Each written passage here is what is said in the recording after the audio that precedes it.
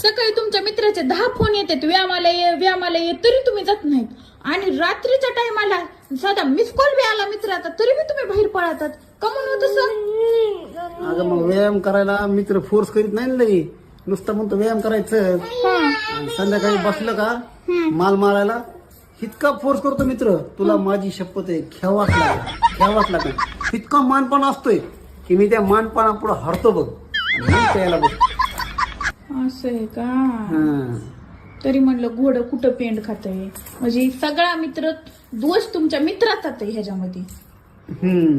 तुम्हाला वाईट व्यसनाला लावायचं, तुमची काही चुकी नाही, तुम्ही भोळे भाबडे येतं. पण ते मित्र तुम्हाला वर चढून झाडावर आंब्याच्या, लिंबाच्या, हरभऱ्याचं तुम्हाला प्यावाच लागते म्हणून काय सांगू तुला आता. भोळा नवरा आहे ग, पिऊ सुद्धा वाटत नसन कडू, पण ते मित्रामुळे प्यावा लागत. तुमचा काही दोष नाही, सगळी चुकी त्या मित्रांची.